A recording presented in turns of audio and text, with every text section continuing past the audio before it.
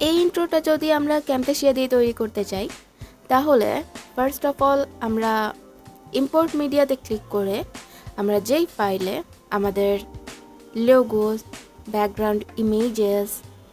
Background ইমেজেসগুলো যার যার video wise আলাদা হতে পারে, আপনারা আলাদাও দিতে পারেন নিজের পছন্দ মতো।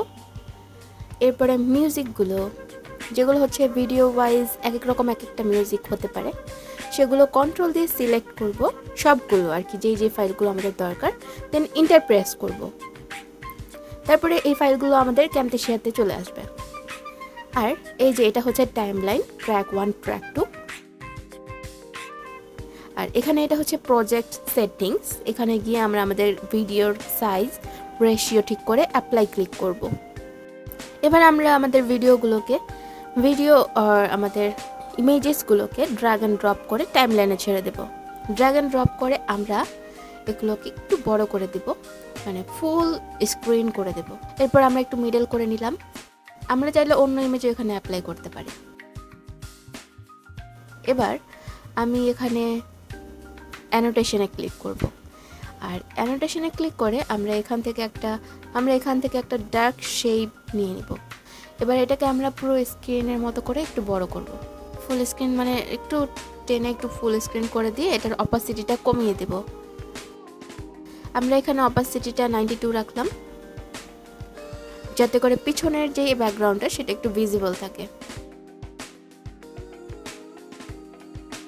তো আমরা এবার আমাদের লোগোটাকে ড্র্যাগ অ্যান্ড ড্রপ করে টাইমলাইনে ছেড়ে দেব। বাট এখানে দেখা যাচ্ছে একটু প্রবলেম ফেস করতে হচ্ছে। এই জন্য আমরা কন্ট্রোল জেড দিয়ে ব্যাক করব এবং ট্র্যাক 2তে ক্লিক করে ইনসার্ট ট্র্যাকে দিয়ে অ্যাবভে ক্লিক করব। অ্যাবভে ক্লিক করার পরে উপরে আরেকটা ট্র্যাক চলে আসবে। এবার আমরা লোগোটাকে বসিয়ে দেব। এবার আমরা লোগোটাকে মাঝখানে মিডলে নিয়ে আসব।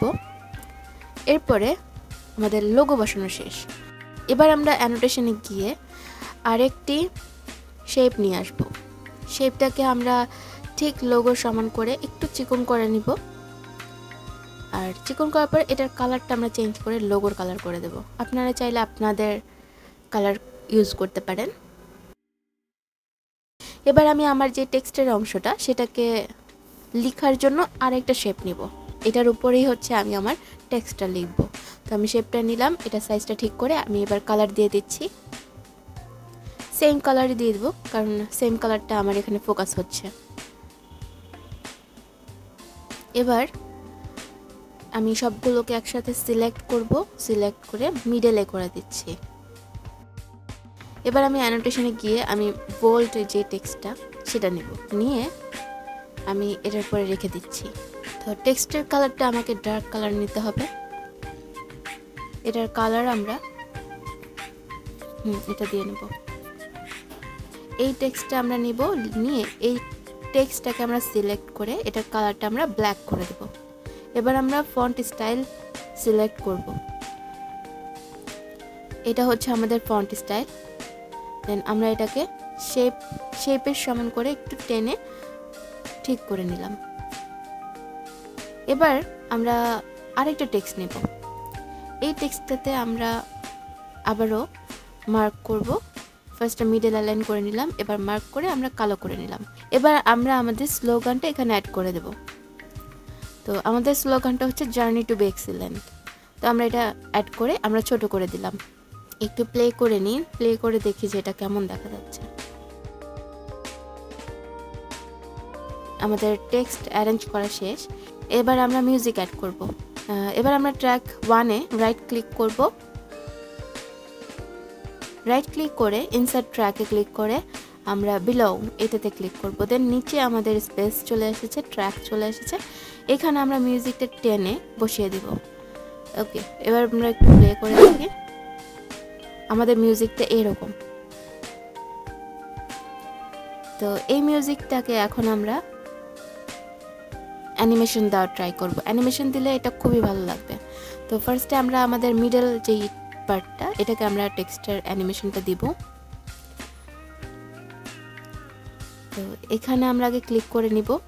ক্লিক করে আমাদের যে শেপটা হচ্ছে এটা, এই যে শেপ ট্র্যাক 5 হচ্ছে এই শেপটা। এখানে আমি এবার আমি শিফট এ প্রেস করব। শিফট এ প্রেস করলে আমাদের একটা অ্যানিমেশনের একটা অপশন চলে আসবে।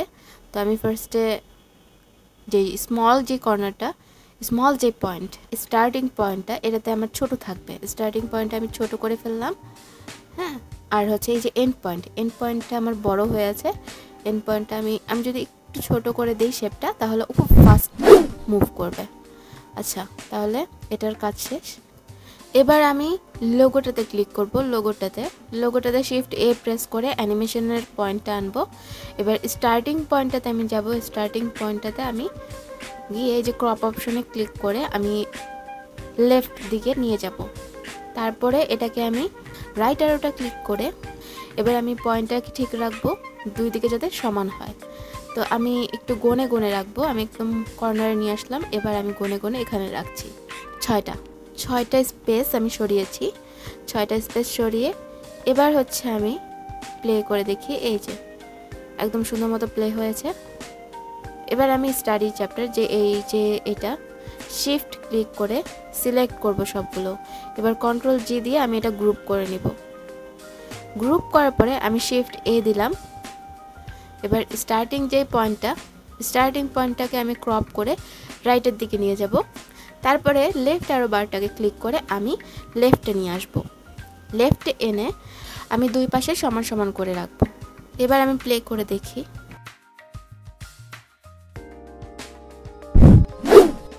এই যে আমাদের অ্যানিমেশন প্রায় কমপ্লিট হয়ে গেছে। এবার আমি বাদবাকি মিউজিক ছাড়া যে অংশটুকু রয়েছে সেগুলোকে সিলেক্ট করে দেখব কতটুকু পর্যন্ত আমি রাখবো। এই যে মিউজিক শেষ, এই পর্যন্ত আমি স্টপ করে দেব। আবার প্লে করে দেখি। এই যে এই পর্যন্ত, এখানে আমার মিউজিক শেষ হয়ে গিয়েছে। এবার আমি আমার কার্সারটা এদিকে নিয়ে এসে এই পর্যন্ত আমি রাখবো এন্ড কন্ট্রোল এ দিয়ে সবগুলো সিলেক্ট করব। তারপরে স্প্লিট অপশন দিয়ে স্প্লিট করে নিব। এই যে স্প্লিট করে নিব, করে আমার বাড়তি যে অংশটুকু সেগুলোকে আমি সিলেক্ট করে ডিলিট দিয়ে দিব। ব্যাস, এবার আমার ইন্ট্রো কমপ্লিট। তো আমি কন্ট্রোল এস দিয়ে আগে ফাইলটাকে সেভ করব, টোটাল যে ফাইলটা। তো নেমটা আমি দেব, এই যে এটার মতো করে নেমটা আমি সিলেক্ট করে নেব। এখানে একটা আসছে নেম, তো আমি নেম দিব ইন্ট্রো টিউটোরিয়াল দিয়ে ওকে দিয়ে দিব। আমার ফাইলটা সেভ হয়ে গেল। এবার এই ফাইলের মধ্যে আমার এই জিনিসগুলো থাকবে। আমি যখনই ওপেন করব এরকমভাবেই শো হবে। আর ভিডিওটাকে আমি যদি এক্সপোর্ট করতে চাই তাহলে এক্সপোর্টে ক্লিক করে এই যে ফার্স্ট অপশনে ক্লিক করে এই যে নামটা দেওয়া হয়ে আছে, এখানে গিয়ে MP4 ক্লিক করে এক্সপোর্ট দিয়ে দিলেই হয়ে গেল।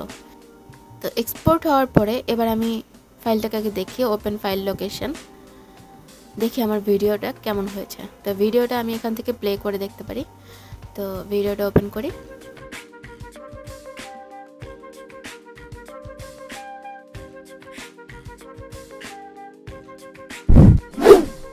তো আমাদের ইন্ট্রো মেক করা কমপ্লিট হয়ে গেল। তো এই পর্যন্তই হচ্ছে আমাদের আজকের video. If you guys like this video then hit the subscribe button, and if you have any inquiries then আমাদেরকে কমেন্ট সেকশনে অবশ্যই জানাবেন। Thank you.